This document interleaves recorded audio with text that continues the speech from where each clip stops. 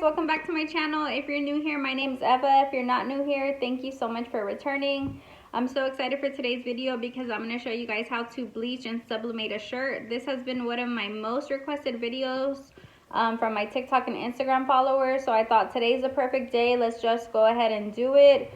Sublimation is something that I really love to do, so I'm excited to show you guys. Give this video a like if you learn anything, subscribe if you want to, and let's get right into the video, you guys.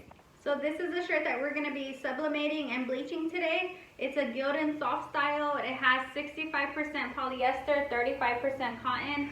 When you're bleaching then sublimating, the shirt has to have some type of cotton for it to bleach. And then of course it has to have polyester so that the image can actually stay into the fabric. If your shirt doesn't have enough polyester, it is going to sublimate on your shirt. But once you wash it, it's going to rinse out.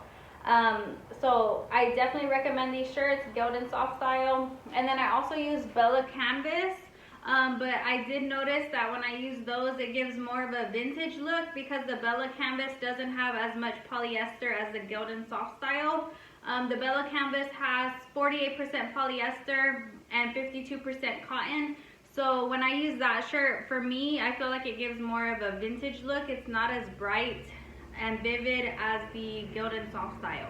So let's go ahead and go outside. So I lay down my shirt and I use a plastic trash bag to put in between the shirt so that the bleach doesn't transfer from the front to the back. You must always do this. It's so windy, I was struggling a little bit to get the shirt to stay down. I recommend using rocks or something that will hold your shirts for you, because if your shirt folds or something while there's a lot of bleach on it, you're gonna get bleach where you don't want it, and it's gonna mess up your whole shirt. That has happened to me plenty of times.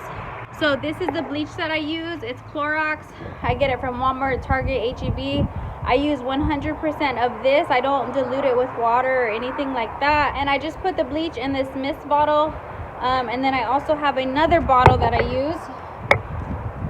You're just gonna have to find a spray bottle that works for you. These both spray differently. So I use one for the center part, and then I use one for the spray around the shirt. So I'm going to go ahead and show you guys exactly how I do it. And excuse my pajama pants, you guys. When I work from home, so I love to be comfortable. Most of the time I'm wearing sweats or pajama pants and my Crocs and a t-shirt. That's just me. I love being comfy. So let's go ahead and get this shirt bleached. So first I'm going to use my mist bottle to spray the center part of the shirt. That's where my design is going to go. I always estimate how big I want it. I either do squares or circles. This is how I'm doing this one. It is a 2X shirt, so it is a little bit bigger. Then I grab my other spray bottle and spray the rest of the shirt however I'm wanting. I'm just doing little squirts here and there. Okay, I'm going to set my timer and see how long it takes for it to turn white.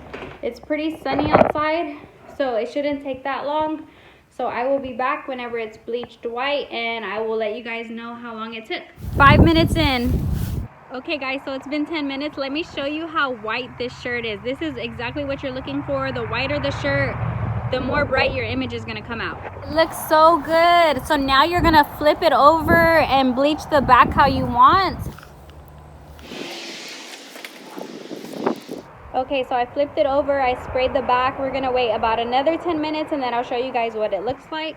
This is 8 minutes on the back side. It's super white, it's done. So I'm gonna go ahead and take the shirt inside. I brought my shirt inside with the bag still in between because I don't want this part of the bleach to transfer to the back. I'm gonna go ahead and take the shirt to my sink and I'm gonna rinse it off with some cold water really well. So I'm just gonna rinse the shirt off really well with cold water to get all the bleach off, because I've had it before where the bleach transferred in the washer while it was waiting for the water to get onto the shirt. So I'm going to wash it out as well as I can. Here's our shirt. I drained out all the water. I'm going to go ahead and put it in my washer on a quick wash. It takes about 20 minutes and then I'm going to dry it.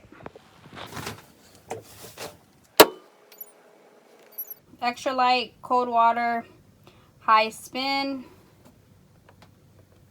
Okay, so I washed and dried my shirt. This is it. This is how it came out. The center is super white. It's a little wrinkly, but I'm gonna press it before I press the design. This is the back. It came out super well. This is what you want it to look like.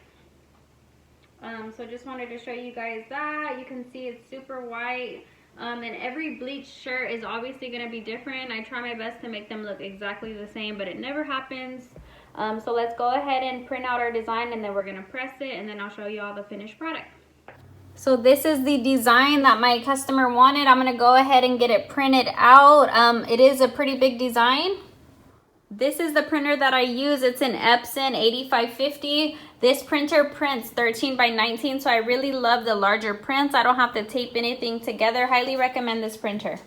Anytime you're pressing sublimation images, they're not going to look bright and vivid. The colors are going to look a little bit faded on the actual paper, but once you press it, it's going to be a whole different story, and you'll see right now whenever I put it onto the shirt.